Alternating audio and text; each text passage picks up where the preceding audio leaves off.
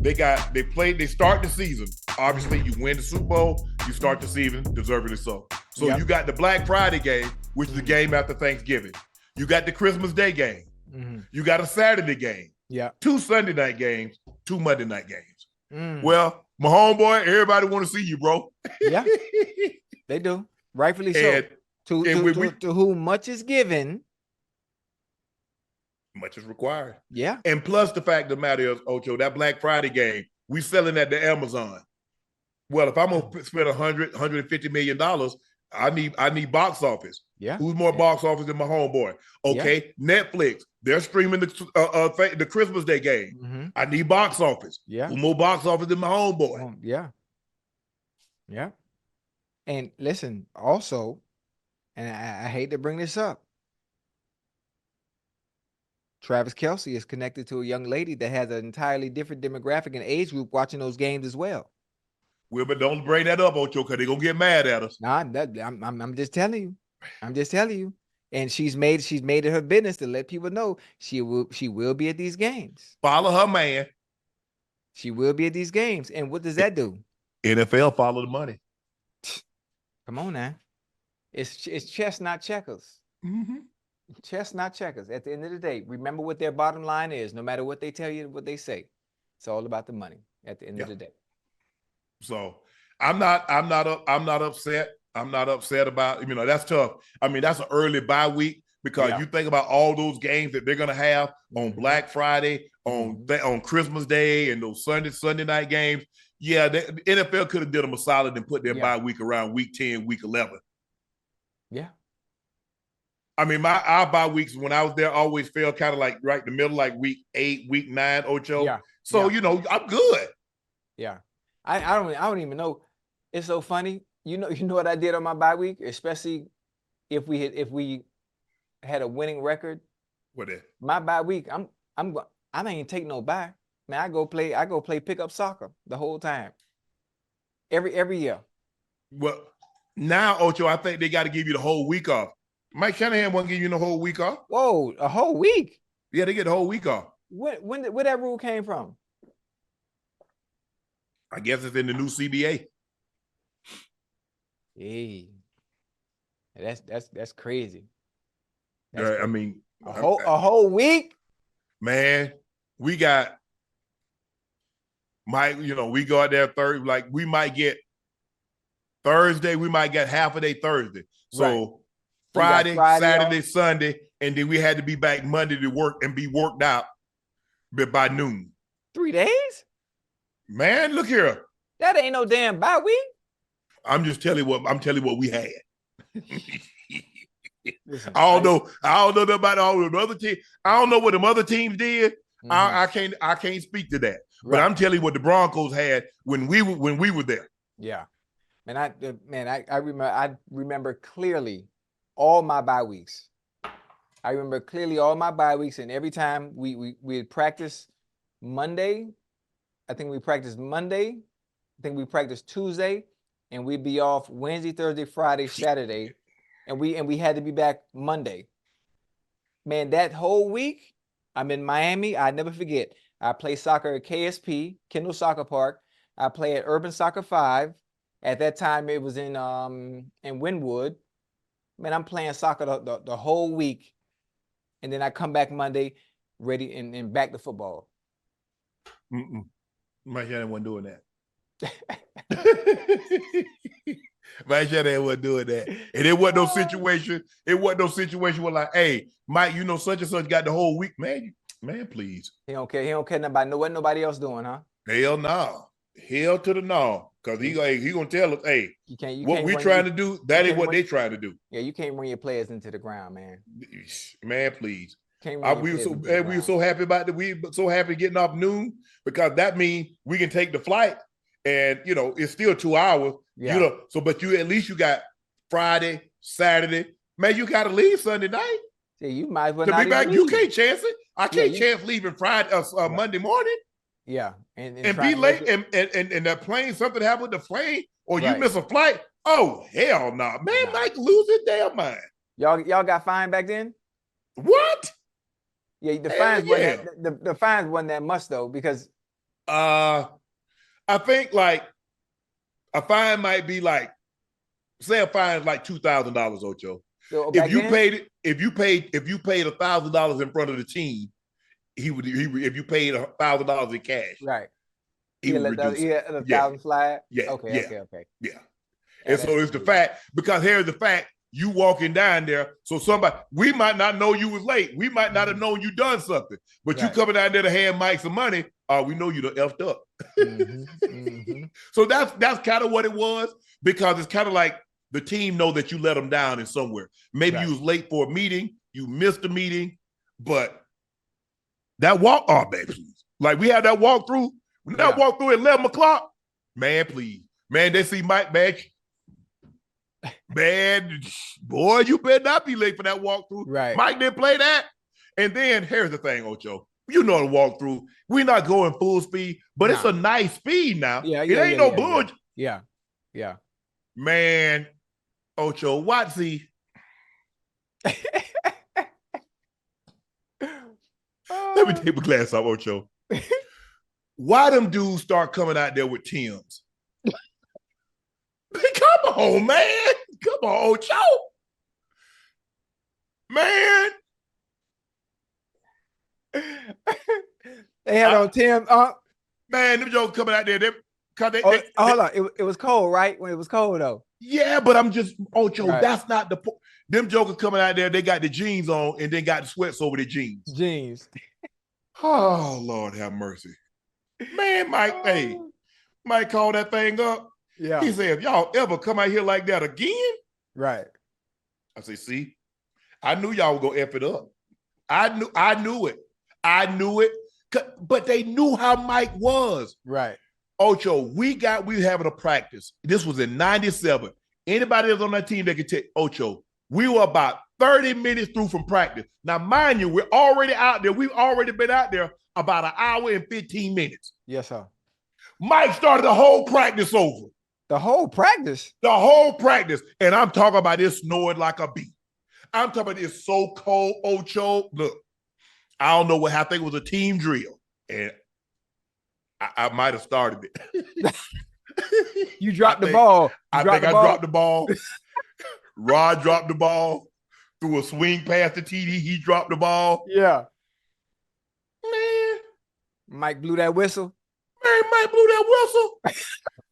Start this ish over. I was like, okay. Oh, so you know me, Ocho. You know, I'm like, oh, you know, hey, my bad, fella, my bad. So I'm thinking we about to start the period over. Right. This man starts stretching and everything over. Man, I want to fight Mike. Hell nah. Yes. Starting the whole mofo practice over. Oh, what? No. Look here. When I say Mike ran a tight ship, and that foolishness, we didn't have no foolishness. Because, hey, bro, look here. Don't y'all mess this up. He does like, okay, guys, if we do X, Y, and Z, hey, such and such. Man, look here. Hey, we got this how we're going to do it. We're going to go out there, we're going to play, we're going to practice our ass off. Don't y'all F this up. Yeah. Because we know we were a veteran-led team. Like, Mike let us police the team. We'll fight all you young mofos up in this thing. Don't y'all mess this up. Man, Mike started the whole practice from stretching. I thought we was going to go back to the period, the start of the period. Right. This man done start the whole mofo practice over, and we got to go stretch all over again. I couldn't even be hot because I was so damn cold. Yeah. Hey. Well, look here. And that's what Ocho. And when I tell people the mindset that you have to have, that I believe you need to have, Mike ain't let nothing skate. Right. Like you drop a pass and like the defense might do something, might blow an assignment, and defense also know, Mike, we got it. Mike say, no, F, we don't. Run that again. Uh-oh. Oh, a drop pass. Oh, that ain't sliding. Oh no, hell no. What? And so Mike was like Tom Coughlin then, basically.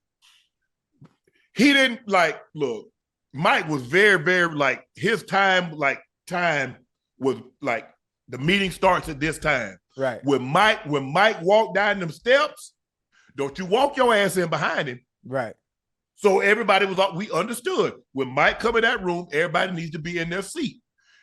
If you're not in there, you might as well just go ahead and chalk it up. Like I said, the one time I was late, I don't think he'd have known I was late.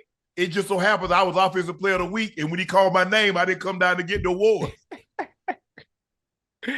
Hey, I was standing out. I was outside the meeting room looking at him like, damn. But no, but Mike, look, be on time. That was his number one thing. Be on time. Meeting started this time. Practice started this time. So forth and so on. That was really his only thing. And then he let the veteran players, he let us police the locker room. Right. What was supposed to transpire? Because a lot of times, Ocho, we put out fires before he got to Mike. He didn't even know anything about it. Right. And I think that's where veteran leadership comes in at. And that's why you can never have a really enough of quality vets. I ain't like, nah. Get your ass in the meeting room. Get off the phone. Your problem, you're on the phone too much. That's why you're not playing. Talk about, man, they messing over me. Nah, I pull the film, I say, see, you messing over us. Right. Get in there. But we needed that, Ocho. You need, and until like you be in a situation, Ocho, you don't really know what it takes to win until you're in a winning situation. Yeah. And you can say, that's why the 49ers had all that damn success. Mm-hmm. If you go back and look at the 49ers, you look at when Mike Holmgren got to the Packers and they started to win consistently, I guarantee you, I can go. I don't really know how the Patriots did things, but I can tell you why they won. Mm-hmm. Yeah. Yeah. You listen, my time there with the Patriots, I understood why they won within the first week. Mm-hmm. Within the first week, Bill Belichick, he ran a tight ship. Got to. No one had to explain what the Patriot way was, and just the way everyone conducted themselves. And that's from the top all the way to the bottom. Mm-hmm. From the top all the way to the bottom, from the cafeteria to the training room. I was like, oh, okay, now I understand. Now I get it. Now, obviously, 90% of that was also having number 12 and that key centerpiece at the helm of everything. Yes. But, man, unbelievable. I tell people all the time, people ask me, well, what was it like playing for Belichick? What was it like being on the Patriots? I say, listen, I've never been to the Army, never been to the military. I'm not a Navy SEAL. But if I had to take a guess, the discipline instructor that it takes to be in the armed forces, it's what it takes to play for the goddamn Patriots. Yeah. Same thing, same concept. And I come to understand that Bill Belichick has a background. I think his dad was at the Navy, coached at the Naval Academy. And that is why he ran it the way he did. And that's exactly what that environment felt like. And see, that's why it never bothered me. My grandfather was in the military. So I understood what a structured environment was. Oh, so you was used to it. It didn't bother me. My grandmother, when she said be up at a certain amount of time, we're gonna go pick peas or we're gonna hit these fields. Right. We got to go pick up pecans or whatever the case may be. Right. All right, boys, such and such gonna come by tomorrow. Okay. I already know what that means. That man coming by, he gonna pick us up at 7:00. That means you get your butt up, wash your face, brush your teeth, be ready to hit that truck. Right. I understood that. So it was never a problem to me. Coach Reeves, Coach Reeves was a iron-nosed, old school Tom Landry. No bull jive, no BS.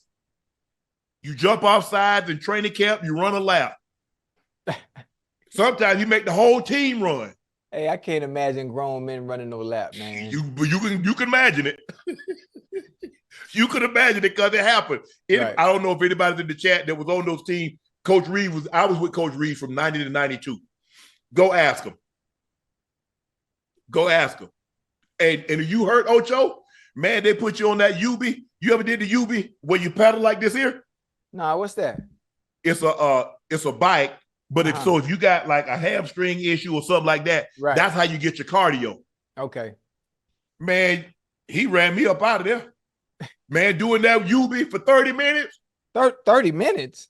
Man, you go all out for a minute, you break for a minute. All out for a minute, you break for a minute for 30. Man, please, Ocho. Oh, no. I came up out that thing after a day. I said, I ain't hurt no more. I ain't hurt no more, Ocho. Hell no.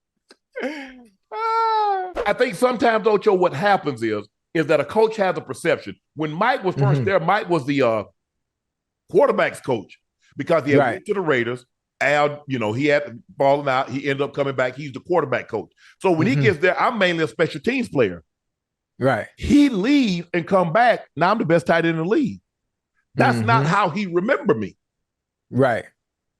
So we kind of butted heads. But what he failed to realize, what motivated me wasn't money. Yeah. I'm a praise guy. Just tell me I did a good job, and that's all I need to hear from you.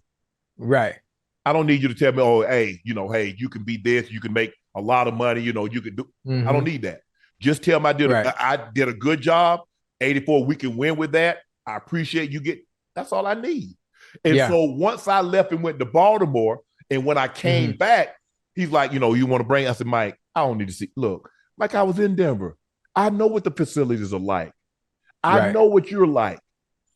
I had to have a conversation with Mr. Bolin. Mr. Bolin had to say, look, I don't really put my foot down, but hey, are you coming back? I said, Mike, you know me. You know what I'm about. Yes, I'm about business. I want to win. I prepare myself to win. I try to do a great job of getting other guys to get on board to buy in what you're selling. I said, I don't need to see the facility. All I need to know, do you want me to come back? Because if Mr. Bolin want me to come back and you don't, I'm not coming. Right. I'm not. 84, we should have never let you go. Okay, let's do this. I had more money other places, but I thought it was only right that I go back and finish my career in Denver, where it all started. The right way, yeah. I would have never been happy, even if I'd have took more money from Seattle, had the opportunity to go to the Raiders, it wouldn't have been right. Because in my heart, that's not where I wanted to go. I wanted to go finish my career in Denver, but I just needed to hear him say it. Right. Once he said it, I was cool, Ocho. I was like, okay, let's do this. And plus, I didn't want to put my kids were still young. And man, having to get my kids to fly and travel way across Seattle, way across yonder. From Atlanta, Seattle, by themselves. Oh no. Yeah.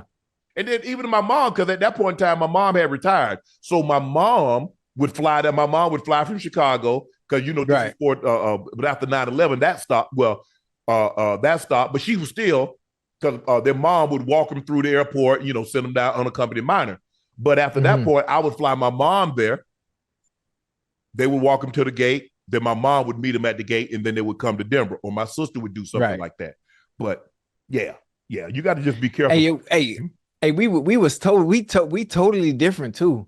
Like when I think about it, the coaching style that you like and you accept, like I was completely different.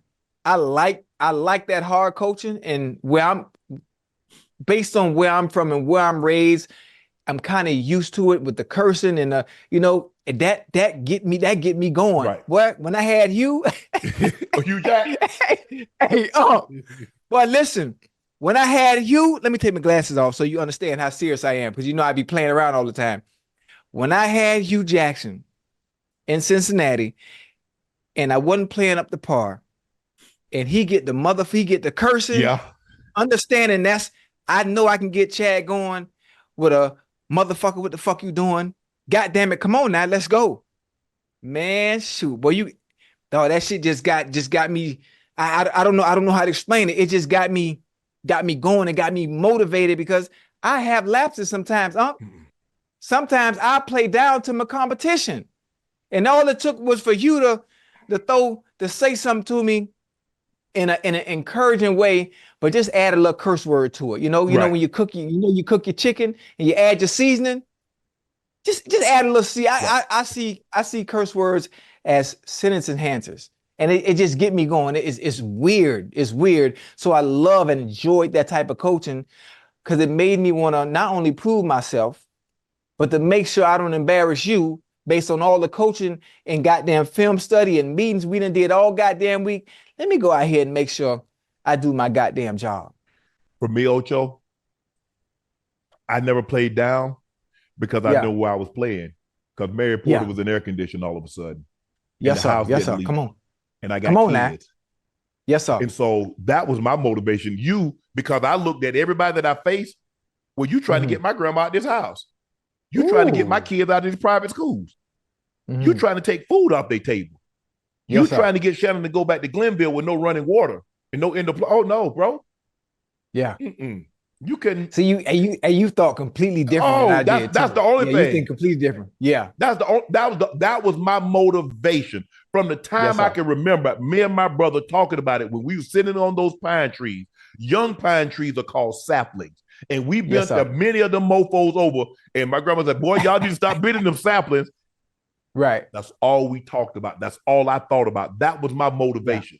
Yeah. And so every time I looked at somebody, oh, you try to get Granny up out that house, huh? Okay. Man, I can tell y'all shit, chat. We family, and I don't think T would have an issue with that because what we talked about was positive. I mean, it was positive, and he's gonna do all he can to make sure he's out there, for the Kansas City game. And I told him to be careful. Because there's something you don't want to play with. Soft tissue injuries, hamstring, groin, calf. What else? Soft tissue. That quads, anything soft tissue, calves, ham, groins, adductors.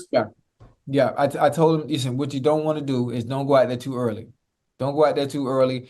See how it feels in practice. I say take a Wednesday off, take Thursday off. Don't even practice this week. Practice Friday if you got to, and then open up and see how you feel. If you feel like you can open up, and you don't feel no little pinch or no pull, no tug. Yeah, no tug. But you good to go. Good to go. So I think for us, the Bengals in general, obviously, and T, I think we gonna be all right. For some reason, you got to think we're 2-6 under Zach Taylor. We 2-6 in week 1. In the last 10 games, 2-6 week 1. So I'm used to us always having a slow start. Offensively, we always start slow. I think we're gonna be all right. And I bet with us emotionally against New England. Yeah, you did. You definitely bet emotionally. So right now, based on what I saw from the Pats, I think the Pats. I'm talking about based on what I saw from the Chiefs. Yes. I think the Chiefs might win this one. As much as I love my Bengals, I think the Chiefs might win this one. If we have Chase playing and we got T playing, that changes everything. That changes the dynamic. Yeah, it's and that's the thing with because the suddenness in which you need to move, you need to be able to start, stop, transition, get in and out of that break. And guess what? You got to deal with people pulling on you too, huh? Yeah, got to deal with people pulling on you too. That was the only thing I said, guys. Look, I don't mind you if I break free from you, don't tug me, right? Because I'm pulling the harder. You make me hurt. You make me tweak my hamstring. Yep. And then I'm gonna turn around and swing on you. So I ain't gonna lie. So don't. That was my only rule, Ocho. Okay, guys holding me, trying to get off the line, get it, because I know they're gonna. Because back then they held the shit out of you. Oh, excuse me. They held the crap out of you. back in the 90s, man, they ain't called nothing, Ocho, man. It was literally a fight out there. But don't tug my jersey once I break away from you. Don't do that, because a lot of times it's to call what we call like a slingshot move. I did it to a lot of D linemen. Like they get in front of me, I grab them and then pull myself out, launch myself in front of them, and now I'm in a position where I can block them. And that's what DBs do. They would tug you, and the next thing you know, they're in front of you to knock the ball down. So that was my only thing, and it's tough. And I went through something very similar to what T is going through. Signed the contract in 96. It was a 3-year deal, made me the highest paid. Told me that, hey, Shannon, you play like you played. We're going to tear this contract up. You'll never get to the 3rd year. We're going to extend it. Right. So 97, I come in, Ocho. 97, I come in. First team All-Pro, 1,100 yards, lead the team in receiving. 98, go in, led the team in touchdowns. First team All-Pro again. No contract. No, they're not even talking about contract. Come in, I tweaked my adductor probably about 10 days before we got a report, Ocho. Man, that thing wouldn't get healthy for nothing. And so I deal with that all training camp, and I managed to get through it. And I was able to get massages, got it worked on, and it started to feel better. Get off to a great start, Ocho. I think I got like in the first 3 or 4 games, I got like 23, 24 catches. Cooking. Yeah. In that 4th game, Ocho, Darian Gordon, who's an ex-teammate of mine, did what we call teacup. So he catches me like this, I'm running shallow, and he tackled, pinned my arm. Yeah. Broke my collarbone. Oh, you hit the ground. He put all that pressure on you all too, huh? that. It don't take much pressure to break the collarbone. And Right, I knew yeah, it. I knew it instantly. I knew it instantly. I remember sitting up. Greek. I motioned to Greek to come Greek. I said, Greek, it's my collarbone. Greek. He said, what you think happened, Sharpie? I said, Greek, I broke it. He said, you think so? Dang. So he put his hands up under my pads. Right. Yeah, Sharpie, you. You're like, ah. Ocho. Damn. Yeah.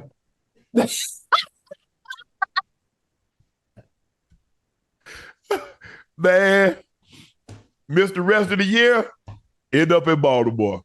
Ocho, there's a report that Justin Fields had a toxic relationship with Nick Foles in the Chicago locker room. According to reports, the relationship between Foles and Fields basically reached rock bottom after a situation where Foles was trying to teach something to Fields, only to turn around and realize that Fields wasn't paying attention to anything Foles were saying. According to report, Foles and Fields could not stand each other. Ain't nothing wrong with that. Listen, you in the chat in the NFL. Listen, as much as you want to get along with everybody, think about where you work. If you work in the corporate world or wherever you work, you don't get along with every person that's there. That man is in there to take your job. No. They are there to compete. Yeah, they are. You are there to compete. Everybody's not going to get along on the same team. That's just the nature of the business at times. I'm better than you. Why are you sitting here trying to teach me?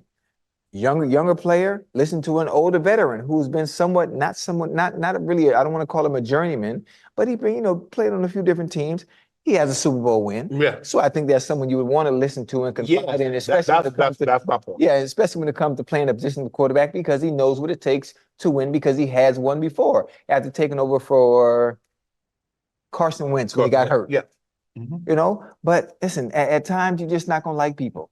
It's just the way it is. And I think it's unfortunate that it came down to this. I think it's unfortunate that it got out now that Justin Fields is gone and he's in Pittsburgh. So why now? Yeah. Why now? It wasn't an issue then. Why make it an issue now? It wasn't an issue, but I'm disappointed that it got out because it makes Justin feel like he's uncoachable, like he's unwilling to listen to someone that's trying to help. Yeah. And look, when I was in there, and somebody could give me some valuable information, the mistake that I made is that I listened to the wrong person and he gave me the wrong route, and I went there and ran it full speed. Right. And coach looked at me like I was a damn fool, but that's my fault. Right. That's my fault. I think the thing is, Ocho, for me, is that when I've always said that if I ever got in a situation, I said, when I make the team next year, someone asks me something, I'm going to be able to give them the real information because this is how I look at it, Ocho. You can't beat me. I'm going to teach you everything you know, not everything I know. Right. So you're never going to be able to beat this job. And I understand, like, when Ozzie made the move on the Todd Heat, he had to get me up out of the Todd Heat was never going to be able to beat me up of that job. Right. Because I knew too much. I knew all the tricks of the trade. I knew how to get open, no matter what the situation was. But my job was to make sure, and to Rook's credit, he hung on everything that I said. So I tried to make sure that the tight end room was better when I left than when I found it. Same way with Denver. I take it as an elder statesman, Ocho. That's my job, to pass that information down, because I had some guys that really helped me in the receiver room. Mark Jackson, I backed him up. He helped me immensely. Vance Johnson, those guys really, really helped me when I was there. And so I really appreciated the older guys really helping me to try to get me up to speed, because they knew if something happened with them, I'm going to have to go in and play. Right. Now, what good is that? You don't help me out and I got to go in and play and I don't know what the hell I'm doing. Right. That's a negative reflection on you. But I agree with you, Ocho. I don't like that this got out, because at the end of the day, you know who's going to look negative on. Yeah. Because you got a veteran quarterback that's played a number of years in the league. And like you say, he did win the Super Bowl. He did go to a Pro Bowl. Right. He once had a season which he threw 27 touchdowns with 2 interceptions. So it's like, man, he tried to help Justin Fields, and Justin Fields he's uncoachable. You can't help it. And it's so funny. It's always the black quarterbacks where stuff like this comes out. True. You think it only happens with them? I guarantee you it definitely doesn't. I think when Brett Favre and Aaron Rodgers were there, I'm sure there was some of the same. Yeah. Hey, it was some of the same issues. I think it happens like that when you have two players at a certain position, And you understand that if you're not playing well, the person that's trying to help and coach you could eventually be taking your job if you don't play up to par. And it is what it is. Ocho, the friendly wager between LSU teammates Jane Daniel and Malik Neighbors is off now. They placed a friendly wager, $10,000 bet, which whoever would win NFL's Offensive Rookie of the Year would win the money. But on Friday, after Neighbors attended rookie camp, the Giants learned the specifics of the NFL's gambling problem. NFL gambling policy, and he revealed that the bet was off. It is unclear if the bet would have violated the policy, but the two aren't taking any chances. The neighbor said, I'm educated now, and I got to be up sports betting and gambling, so we're calling the bet off. There's no bet now. No, sir. Hey, Malik Neighbors, Jaden Daniels, the bet is still on. The bet is still on. Give me the money. I'm still a part. I'm not a part of the NFL. Well, I am. Wait, never mind. Let me take that back. Bet is still on no matter what. Just put the money in my hand. Put the money in my hand, and I'll make a decision at the end of the season on who deserves it. Malik, you got to come to play, boy. You got to come to play. If you're going to outdo a quarterback, what happened? How about, hey, bro, I bet you 10 grand I win Offensive Rookie of the Year. Okay, bet. It's when you made it public. Right. See? Some things you just keep to yourself, Ocho. Well, actually, I like it, though. I like it, Unc, because the NFL don't like it. I don't think he made it public. I think it's a great a motivating tactic. Are you any less motivated by things? Let me ask you a question. I mean, how many people knew your goals? You didn't share them with anybody, did you? And you was just as motivated to achieve them. Yeah. Okay, you have to understand. Look, I get it, Ocho. Yeah. But you have to understand how the NFL and the gambling. So you don't even want the mention of it. Yeah. Like I said, hey, Ocho, I bet you such and such. Bet. Yeah. Boom. At the end of the year. Yeah. How'd you get this? I ain't gonna say how I got it, right? But a good friend of mine gifted it to me. Yeah. I think for one on Malik Neighbors' part, I think it was all in good fun. You know, for sure. Little friendly, really friendly competition. And I don't think it's against the NFL gambling policy because they're not gambling on a game. It's a friendly wager between them between themselves based on how they play their rookie season. That's all. That's no foul, no harm. Now you want to know what's harm? Me bribing the referee with a goddamn dollar bill, trying to challenge a call. Yeah. Now that's gambling because I literally took out $1 and tried to bribe the referee. Now that I understand. Them making a friendly wager between themselves, whether it's public or not, is no harm, no foul. And I'd hope, we'd allow those two to go at it. Ocho, man, there's a lot of bets going on, man. There done been bets between teammates. I mean, not teammates, but hell, I teammates, friends, yeah. Yeah, but nobody knows. Nobody know. Nobody knew. Hell, I bet Alpha Williams $25,000 that I would have more touchdowns than he had sacks. Golly. Man, guess what? Who won? I broke my collarbone week 4. He tore his Achilles week 5. So we settled. He wanted 12,000. So I said we could settle. Right. He had 1 sack. I had no touchdowns. So we settled. What you had to pay him? He said, I tell you what. He said, I want $12,500. Right. Guess what this joker wanted? What he wanted? Don't say food. Susan B. Anthony dollars. Susan B. Anthony? Yeah, he wanted those $quarter. So I had to go to the bank and get because he wanted to inconvenience me. He wanted my pride. So when I put that order into the bank, can I get $12,500 of Susan B. Anthony? Do you know how hard it is to get those damn things? So he made it difficult. Yes, and they was heavy as hell. Hey, let's go. Listen, I like the bet though. I like it because that's the way we betted. So we bet in the locker room. Right. I didn't want your money. I want your pride. Yeah. I want $500 in nickels. Man, Shaw, come on, man. I want you to take your ass to the bank, ask the cashier, could you get $500 in nickels? And when she asks you, say, Mr. Such and Such, why you need $500 on nickels? I want you to tell them I lost the bet to 84. I get Buffalo nickels. I get $100 in Buffalo nickels. I get $250 in dimes. Right. That's what I wanted.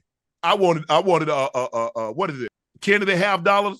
We call them Kennedy 50-cent piece. Yeah, I wanted those. Yes, silver dollars. Yes, I want your pride. Ocho, everybody making money. Yeah. So what is it for me? Yeah. Okay, you lose $1,000. You're gonna bring me $1,000 cash? No, I don't want $1,000 cash. I want coins, pennies, nickels, dimes, Buffalo nickels, Susan B. Anthony quarters, Kennedy $50, Kennedy 50-cent, what we call them in the South. Golly. Ocho, we gamble everything. We had a little poppy shot basketball thing in the locker room. So we betting per diem. Hey, bet everybody got their per diem lined up. The roll per diem? Yes. Yes. We bet roll per diem. Man, look. Hey. We was getting ready to go to practice. Right. Me and my homeboy Burns. He like, we been there for a week. So I went upstairs, got my check, got his. I said, because we like to bet, don't even look at it. Put it down. Okay, fine. Bet what it is. So I put my check down. He put his down. We shoot. We got to go to practice. We come back. Come on, let's get the ball first. Hey, hold up. Me and Burns shooting this. He shoot. He miss. I make it. So at that point in time, you get to open the check and see what it is. Right. So he opened my check. I opened his. His was like $1,400. Right. Mine was like $70,000.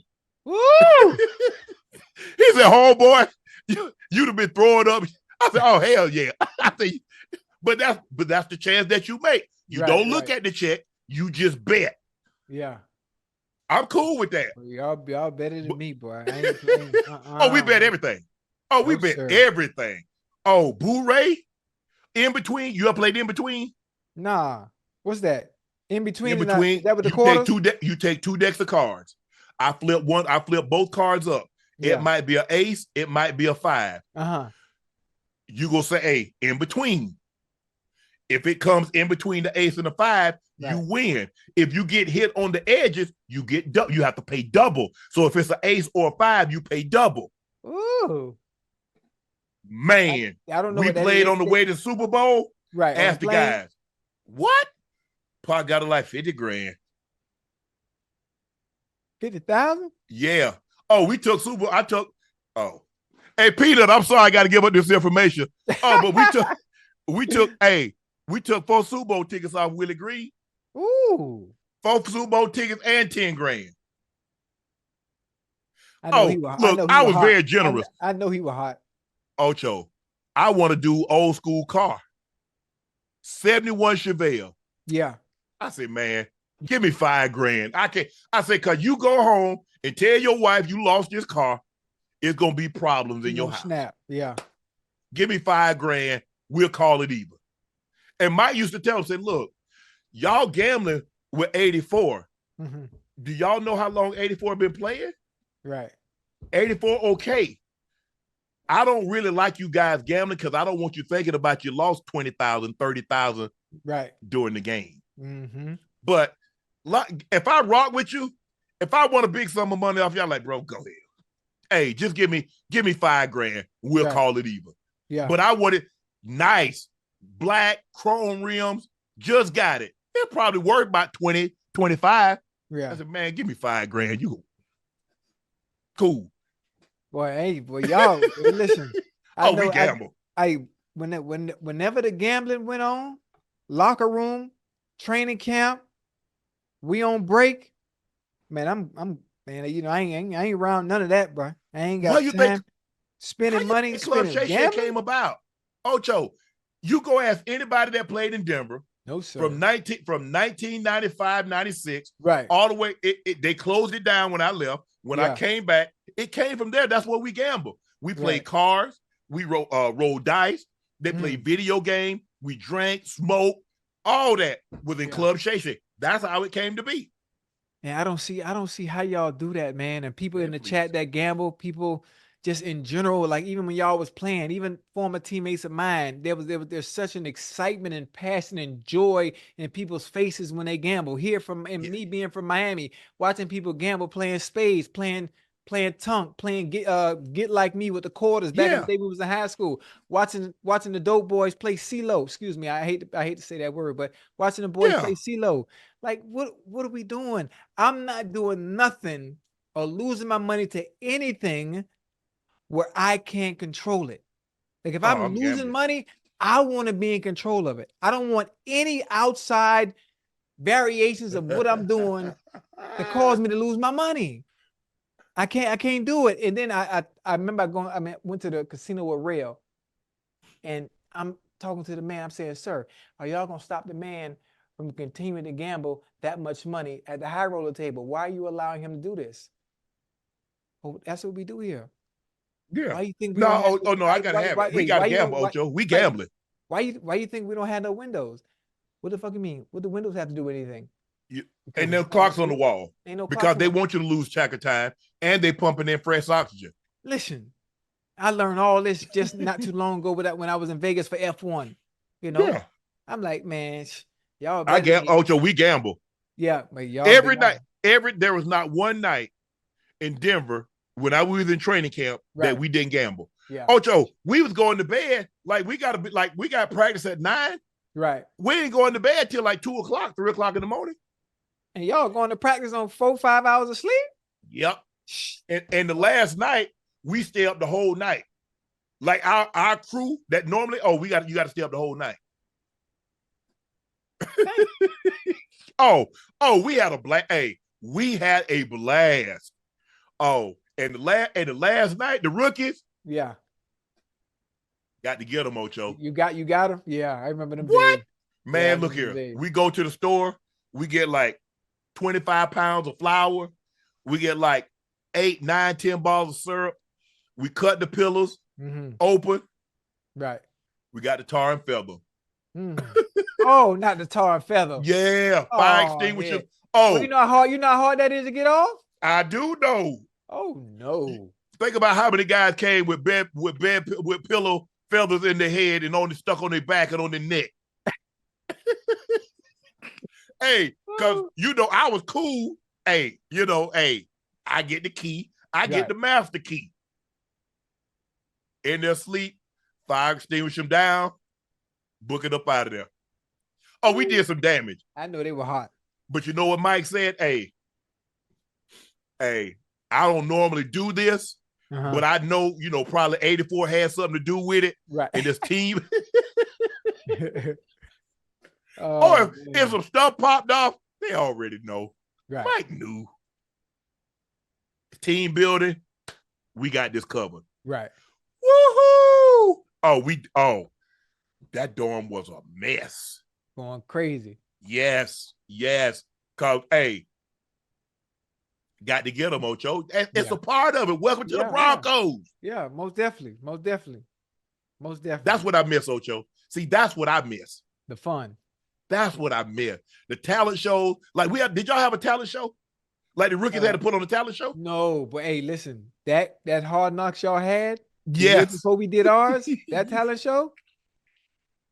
Boy, when Buddy did Ray Lewis and Buddy did you, boy, I was in tears. I'm talking about in tears, crying.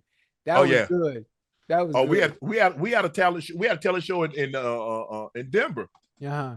But like I said, I ain't really know. Like I said, I mean, when I was in college, we didn't really do the stuff like rookie stuff, hazing. They ain't cut nobody hair and stuff like that. I mean, I'm trying to think what we did to the rookies.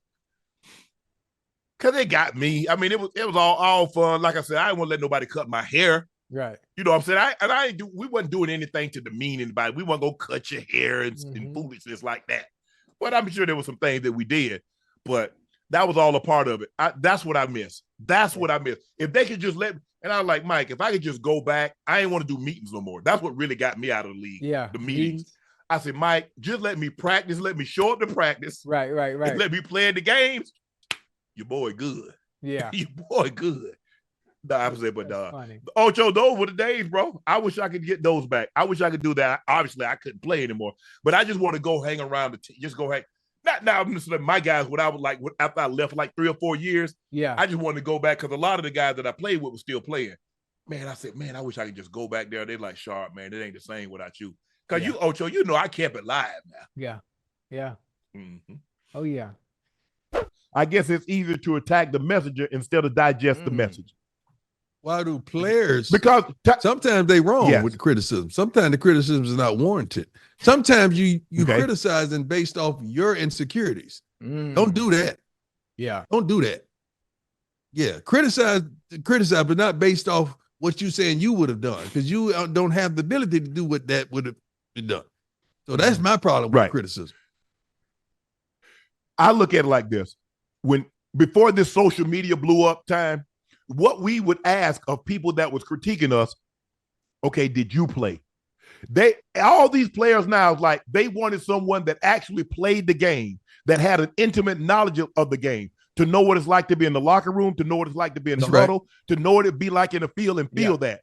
Okay, so now, and then when they got that, they said, well, you didn't win anything. So now when I critique a player, not only did I win at the highest level, I won multiple times. Not only did I win multiple times, I got the ultimate validation by being selected in Canton. So now you jealous? You mad because you didn't make as much money? I made a damn lot of money for tight ends when I played. Times change, inflation. Okay, guys are making money. I get nothing. You asked me to give you my honest assessment. When I give it to you, you don't like it because I critiqued your favorite player. Amen.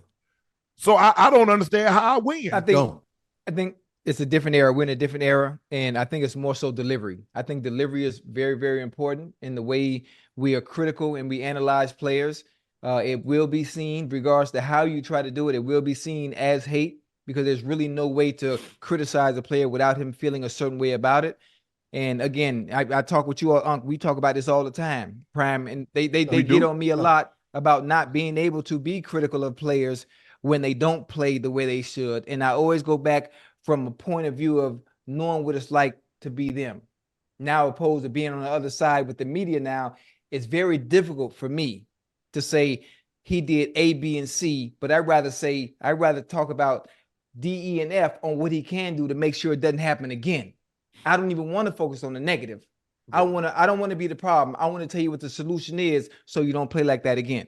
I like but going that route. But that's not what happened.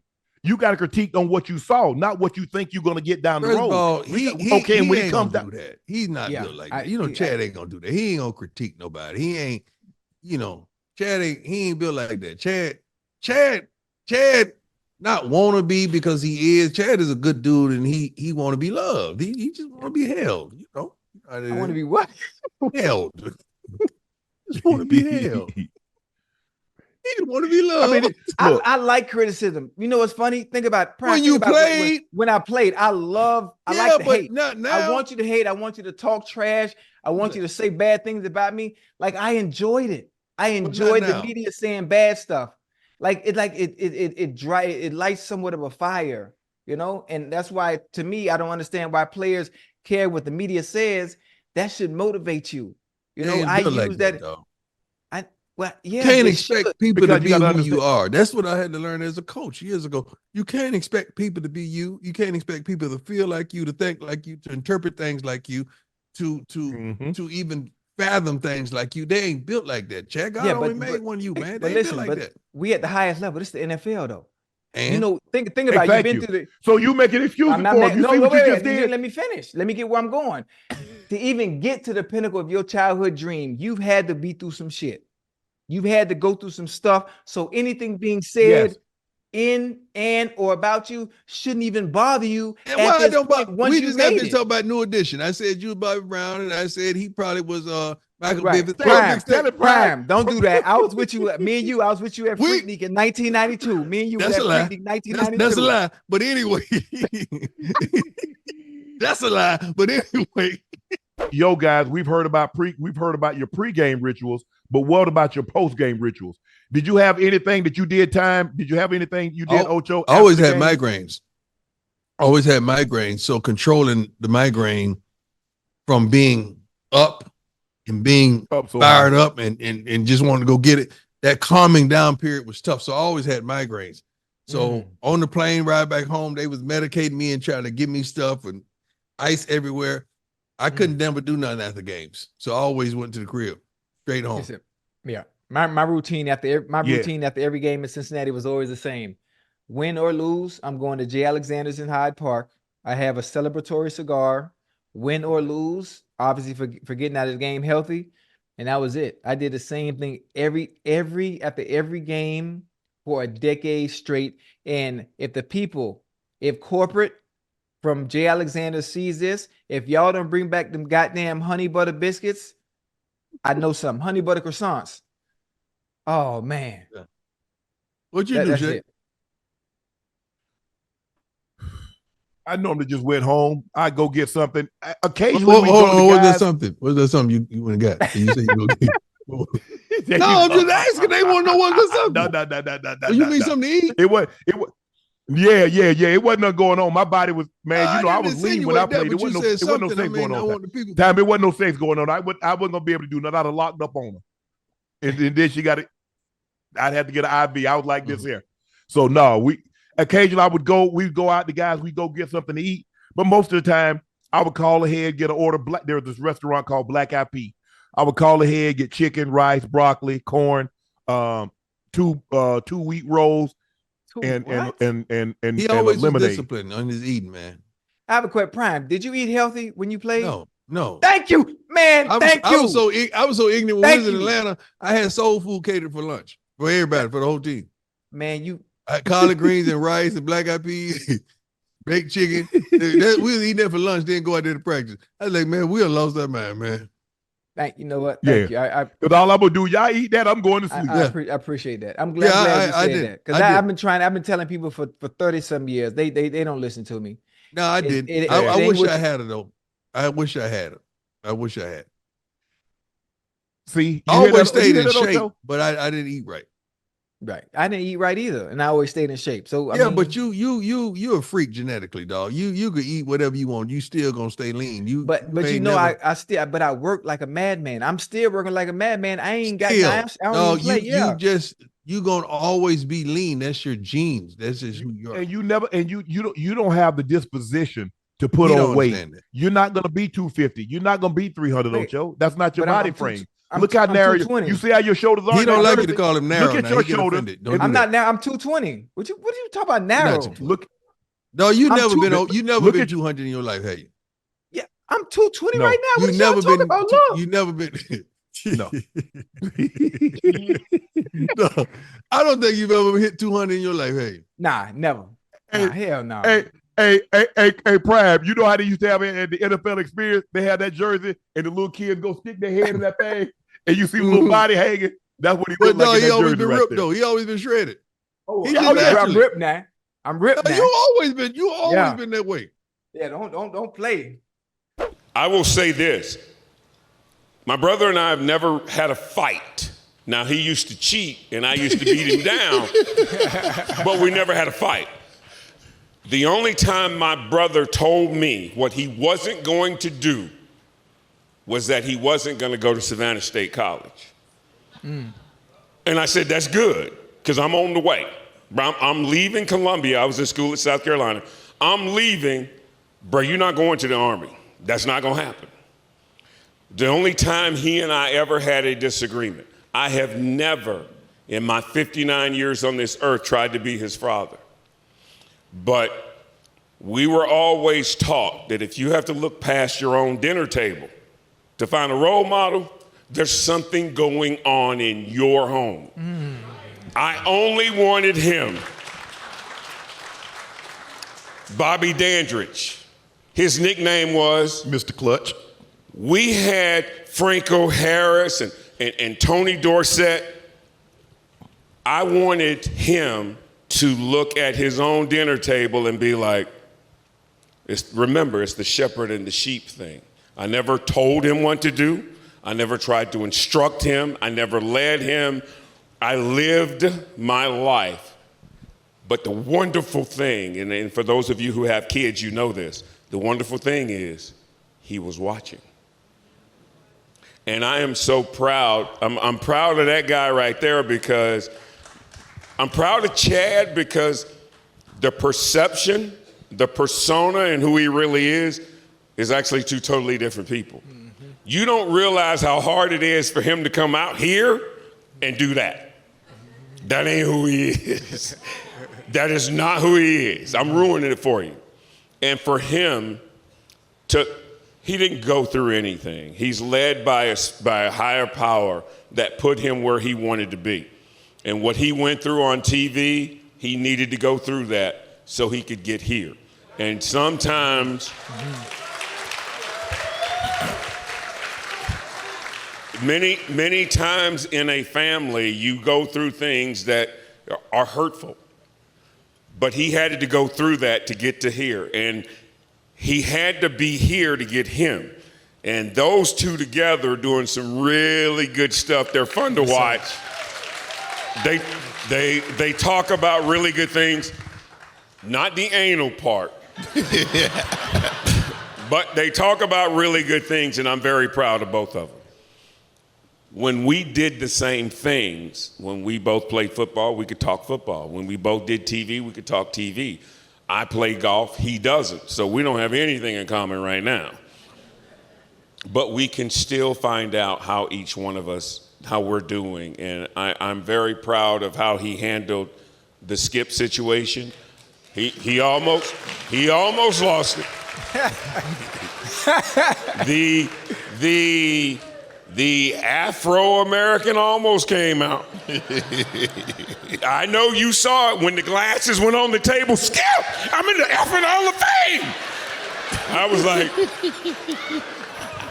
I said to myself, that is the end of the Sharps on TV. That's it.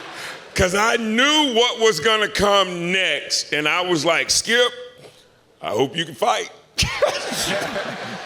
But no, I say that in jest. I never thought he would lose control. I was really shocked that he yelled and screamed, but he yelled and screamed not because of what Skip said. He yelled and screamed because he was so hurt that someone he liked and trusted would say or do that to him. And he would never say this, I'm not on TV. I don't do anyone else's media at all, except PGA Tour Golf. I go on their show. But I don't do anybody else's because you can't ask me about him. Because I'm not going to give you anything about him. Do I like his success? You're going to have to use your own imagination. Do I think he is doing the right thing? You're going to have to use your imagination. I do not talk about him. Everybody goes, when you going to be on Club Shay Shay? I was like, I was first. Before it became Club Shay Shay and Chad, they were famous, I went on then. Because I was like, I see where this train going. And this is way before Cat Williams. I do not want to be anywhere near where this thing's going. So Club Shay and Nightcap, I could say this is probably the last time you'll see me publicly. Because they are going in a totally different stratosphere. And I want to thank Cam Newton. I told Cam backstage, I am very impressed by him. Because they are a lot alike. And you have to admit, Cam is the largest human being you've ever seen. Dude is gigantic. You say you was disappointed that your former coach was there when you got there. Y'all came in together, if I'm not mistaken. Ron Rivera didn't call you when he was in Washington. Why did that upset you so much? That was my dog. Like, we've been through so much. I always hear his voice in my head. Yeah, kiddo. You know, man, this, that. Like, I say this respectfully. He raised me, and I raised him. He was a rookie head coach. I was a rookie player. I was not going to allow him to fail in Carolina, not under my watch. Because there's the oath, and it's just in us as athletes that when somebody takes a chance on you, no matter what round it is, you feel obligated to give, because no matter what you want to say, they've allowed you the opportunity to take care of your bloodline. So when what was happening or what had happened in Carolina with me and Coach Rivera, we had numerous talks and discussions about the game of football and about life. So when I was going through the transition of being out of Carolina, I was like, yo, at least I was, damn, coach. And it wasn't just him. See, that's the thing. I can't blame a head coach because he may not have picking power. But Marty Herney, the same thing. He drafted me. Right. He was in D.C. And he said no. I'm going to take it a step further. The head trainer that they had, Ryan Vermillion, was there. Nobody. So me going through this whole resurgence, like, yo, like, damn. I kept asking my agent, I'm like, yo. They ain't called? Washington ain't called? I know what's going on. So maybe you weren't as close as you previously thought? Man, I'm an action person, bro. I'm an action person. And I teach my children this. Man, I could tell you anything, but if I don't prove on a day-to-day basis that I love what I showed you, dog, that don't mean nothing to me. Have you had a conversation with him? Have you spoken to him? No, sir. Not like we said. No, it's not no beef, and I don't want nobody to kind of take what I'm saying as that I'm angry, because there was a business decision that has to be made, and I knew I was coming off a shoulder injury. Is that? That's all it was. That was like for me to just say, "Hey, kiddo. How you doing? Hey, how you feeling though? Let's come up here for a physical. Let me really do a deep dive into Cam Newton." That's the relationship we had. And it was the things, and I told Coach Rivera, I was like, yo, this was in Carolina. I was like, in any short yardage situation, Coach,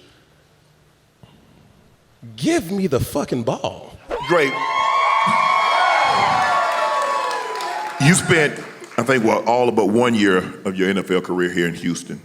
What does it mean to you to get drafted by this franchise and be considered, when they think of the short list of the greatest players to ever play in the Houston Texans uniform, your name is the first name to get brought up? Man, I always tell the story about when I went to my first Pro Bowl. It was some guy he worked with the NFL, and he was like, who the hell is here from the Houston Texans? And that's something that always stuck with me. And I put that chip on my shoulder, and I was like, shit, I'm gonna make people respect us, you know? And that was the way I played. That was just the way I carried myself. And, you know, to have this Hall of Fame thing happen, it wasn't just for me, man. It was about this whole city. So, the actual first player in the Houston Texans to go into the Pro Football Hall of Fame. What did that, when you got the call, and it says, they knock on the door, Andre Johnson, welcome to football heaven, you've been selected to the Pro Football Hall of Fame. I mean, Shannon, you've had that knock, you know, so I don't think words can really describe it. I had to take a moment to literally go sit on my couch, you know, and I had my hands in my head, and I just, you know, it's been over 30,000 guys that play this game. There's only 378 people in the Hall of Fame. That's not even 1%. That's correct. To be mentioned with that, man, that's it's special. It's special. I ain't gonna lie, man, just having you here and enjoying this with you, man. Yeah. Appreciate it. A lot of people really don't know, man, how far we go back, bro. Oh, way back. Matter of fact, so the funny thing about it, for those of you that don't know, Dre and I used to train in off season, you know, during our day when we were playing. Me, Tanner Man, Tonio Brown, crazy ass. Who else we had out there, man? Man, it was a lot of. It was a lot of. So, you know, it was a certain connection that we all kept, like we was family. You know, obviously we all played on different teams, but everybody from that area, we all got back together, and we always, worked our ass off in the off season, man. And it's awesome. You know, as someone that has always looked up to you, even from afar. During the times we were all so close, man, I'm proud of you. I'm really proud of you. Appreciate Dre, you had some unbelievable games in the Hall of Fame, the first Houston Texan player ever selected to the Pro Football Hall of Fame. But I'm pretty sure they showed on your highlight clip that fight.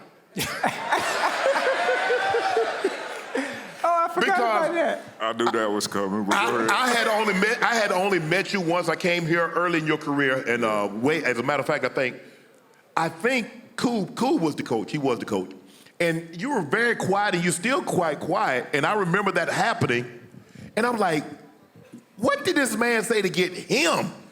He don't even talk, let alone fight. What did he say to get you so like you like, hey, F it. I'm in Liberty City right now. I'm swinging, bro. Nah, it had been going on for about 3 years. Damn! You let it build up that long? Yeah. Yeah, it had been going on for about 3 years.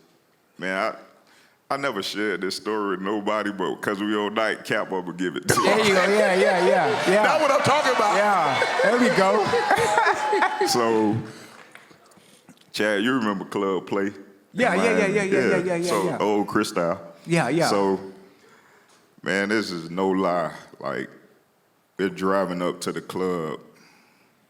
It's my little brother and Rudy. Mm-hmm. My brother's sitting in the passenger seat. Rudy's in the back seat. And we're pulling up in valet, and they jump out the car while the car's moving. Right. And I'm like, what the hell y'all doing? They was like, there you go. So I'm like, what are y'all talking about? It's Cortland. He's standing at the front door of the club. Right. I didn't even see him. They wanted to get on him right then.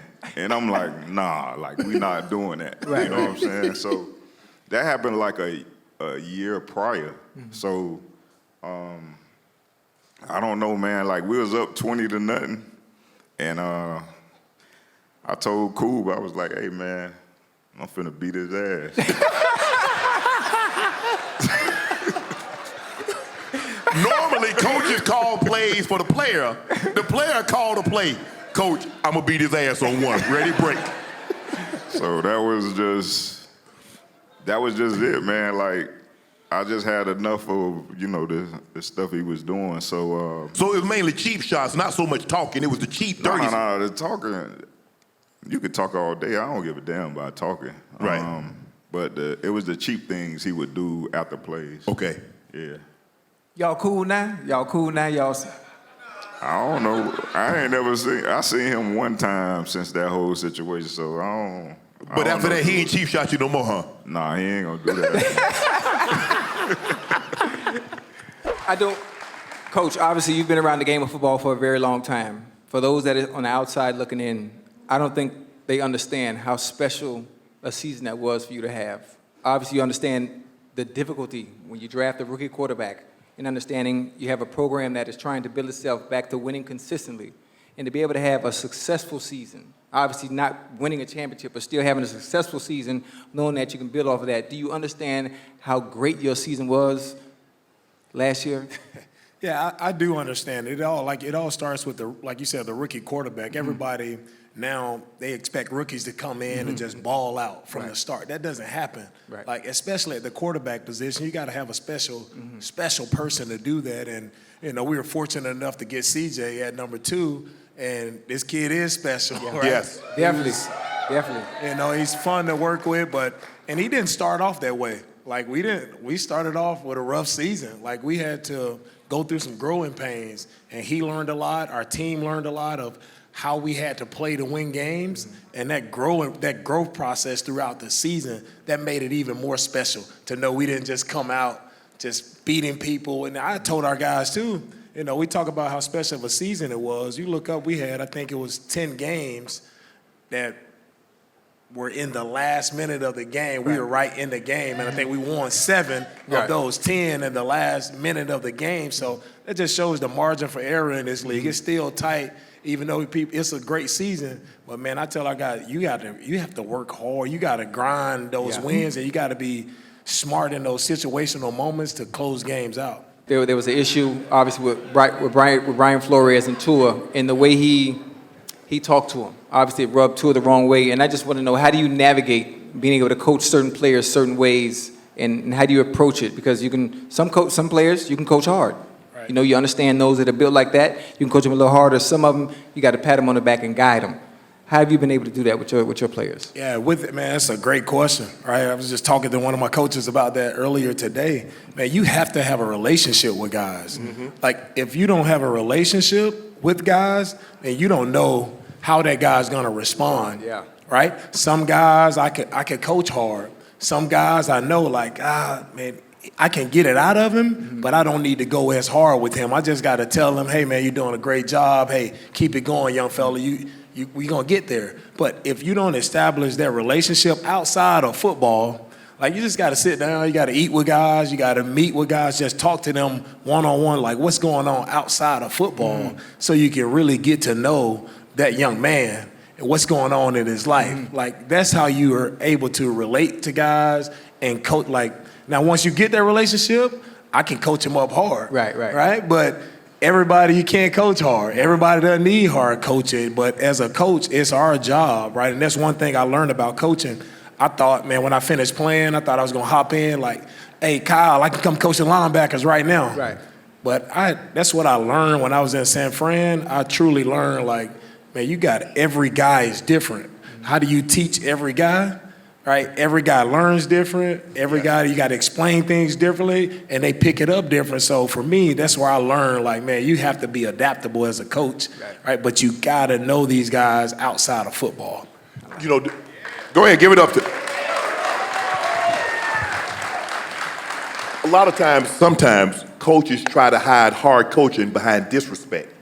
It's like, if I'm working for you, I want you to coach me hard. I want you to say what I'm doing wrong. But there's a very, very fine line between hard coaching and disrespect. Now, guys have to understand, that's a grown man you're talking to. This ain't college. He's not trying to get to the NFL. He's already here. He's not in high school trying to get to college. So those guys, you can coach. I mean, when we grew up, coaches cussed us out, all kind of things. You do that now, you're going to turn a guy off, or the guy might want to fight you. He might want to fight you, or he might just leave. You know, guys, it's a different era, and I've never like try to cross the lines of cursing guys out. I feel like if I have to curse you out, like, I got the wrong guy. Correct. First off, right? We don't have time for that. Like, we're men, we're working together, and I tell our guys, my first meeting is like, this is what you can expect from our coaches. Our coaches are going to be respectful, they're going to tell you the truth, and they're going to coach everybody in this room, right? Because they care. Your success is their success. Correct. So we have to find that common ground to work together for us all to be successful. Mario Tapia asked, Coach Prime, if you could choose as a head coach, would you be the head coach or the general manager of the Chargers? I don't want to do pros. I love college. I would never do pros. I don't believe that. That's a lie. I don't believe that. Prime, you're the very, listen to me. Stay with me, baby. You are the very person who had a song called "Must Be the Money That's I'm straight. Turning Me." I know, and I'm straight. And if they show you that money over there in LA, guess where we gonna be at? Notice I said we. Guess where we gonna be at? I'm so glad you said that. So let me address this one thing at a time. Yes, Must Be the Money was a testimony. I wasn't bragging about the money. I was saying must be the money that's turning y'all on. I said diamond Rolex, gators on my feet. I got to pay every day of the week. My hair's done, my fingernails too, 6 buttons down. I don't know what this do. Must be this money. I was saying y'all changed. Right. It must be the money. Now, secondly, I'm straight. Come on, God has provided everything I need, man. I'm having the time of my life. I love sure going to Colorado. Mm-hmm. I love the kids that I get to coach. I love the recruiting process. Mm-hmm. I love it. So I like the way it sounds. And I like the purity of the young men. Yes, sir. You know, I like the sensitivities, and I like all that and the amateurism of it, even though it's turning to pros because everybody want a bag now. But I would have a hard time in the locker room with a guy that's making a multitude of millions and he don't want to play. I don't want to give his all. I would have a problem with that, Chad. A real problem with that. And you know, we had teammates like, I can't do that. Yeah. And that's, I've been trying to tell Ocho. Ocho said he ain't never played with nobody like that. He did. He just didn't want to see it. Wait, they just played for the money? Play for the money, just or didn't want to play at all. Didn't really want to give it they all. Just wouldn't want to play. Well, They had a lot of talent, and they didn't. They just messed it around. Mess it around by doing things off the field, not on the field. And on the field, just don't want to do right. Yeah, see, I ain't pay attention like that. Honestly, I ain't gonna lie. I ain't gonna lie to you. I ain't gonna lie to you. And I don't want you in LA. You can't be in LA. Right? First of all, LA and you. First of all, LA too expensive for me. You know how cheap I am. I'm not getting a house. I don't like California. Right. I don't like it. I'm trying to get closer to Shannon so he could take. I want to sit. Shannon don't want us closer to him. You haven't got that hint? I don't. Have he ever invited you anywhere to California? No. He don't even answer my damn text message. Thank you. I meet you somewhere if you get there. Then he gonna be evasive on getting there. Yeah. Based on what's in there. Right. That's who he is. You ain't know who he is. He don't want us there. First of all, he need to get his butt back in Atlanta. That's what he need to do. Oh yeah, no, I don't need to be back in Atlanta. No, I don't. Well, you said you were taking me to the place with the booty juice. Magic Suit. He ain't Magic going City. there. Shannon ain't going there. First of all. Second of all, you still got your house there? Yeah. How you got a house there? You don't invite nobody and don't even let nobody use it. That's selfish. That's why I call him selfish all the time. He's selfish. Hey, can I use it for Airbnb? I talked to Madge. Madge said, "Come on in." Magic, First of all, Magic is a hero, a national treasure. Let's get that right. Magic came to one of the games, still looking good, still fly. Magic is still Magic. You talking about somebody that should have a movie, a documentary done? Yeah. Please. Yeah. Magic changed everybody's life. Yeah. And just talk game. Yeah. I mean, Magic, this taught you game and all that, man. I love Magic. You know, when you talk about quarterbacks, we understand how important that position is. Obviously, in order to sustain a consistent success for any team, if you look at the top teams in the NFL, it always comes down to the quarterback position. Is there a disconnect in any way with the quarterback competing with each other, understanding the pressures that are on Kirk Cousins? If he doesn't play well, that his job is in jeopardy? I think the message was clear coming in. Right. It was open, it was honest, it was clear. Kurt's our starter. Yeah. Kurt's going to take us to places that we want to go to. Okay. And Michael's going to come in and he's going to watch what it looks like, what it feels like. He want to see what it looked like when you had your quarterbacks in your day with John Elway. Mm-hmm. He want to see what it looked like. You ain't have no quarterbacks, but what it looked like to go out there.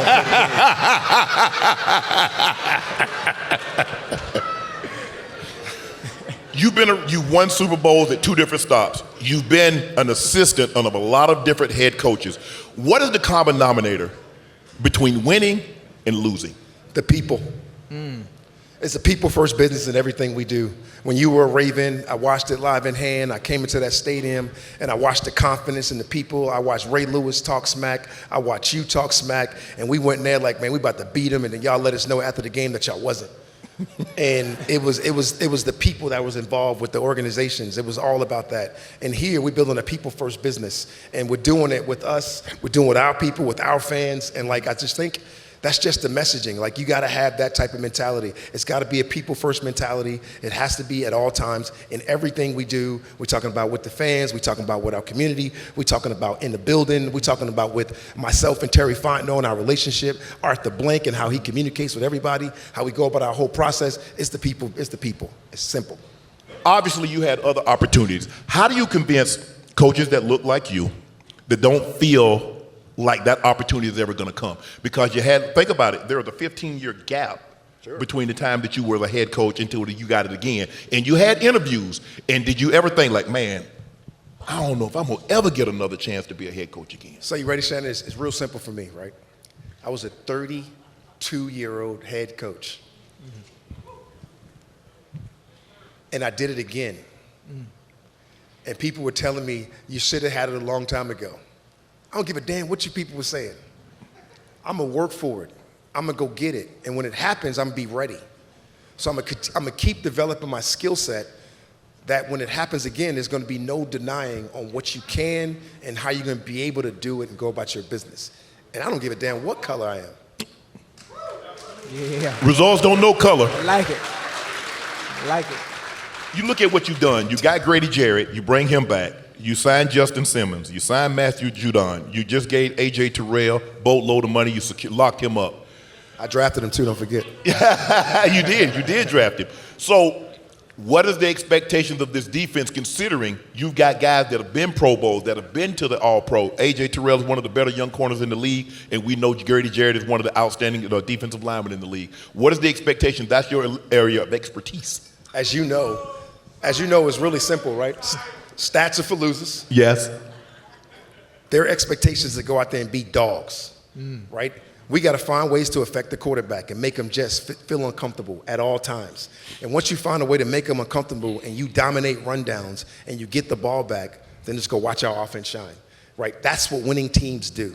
That's how you form your identity. That's how you make things move. That's how the needle moves. And the next thing, you talking about it on your shows, about the stats. We don't care about none of that. We care about the dog mentality it's going to take to get there. That's what our goal is. That's what the expectations are. If I'm gonna be. What's up, what? What's up? I'm trying to get comfortable right now. You good? All right, I'm good. All right. Tell us about the transition to becoming a Cowboy. Crazy. What's it been like? It's different, football is crazy out here. I heard about Texas football. I'm from California. Right. There's good football out there, but football is different in Texas for sure. It's a little bit more, more on the pedestal. A little bit more pressure. Yeah, for sure.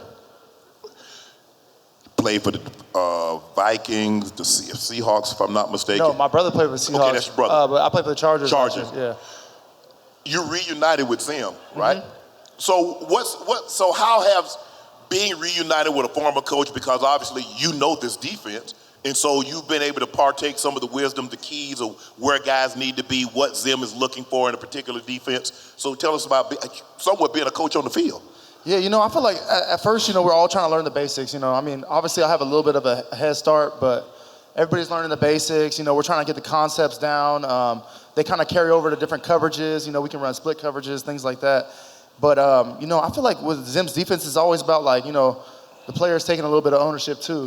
We have to be we're the ones that are quarterbacking it out there. So, at some point, we got to be the one making the calls and checks and be confident when we're doing so. And I feel like now that's, we obviously we're in camp for a month and stuff like that, but now we're transitioning. We're about to play this first game, and I feel like now we're starting to transition into having that confidence where everybody's kind of like, oh, okay, we're running this now. Let's run this now.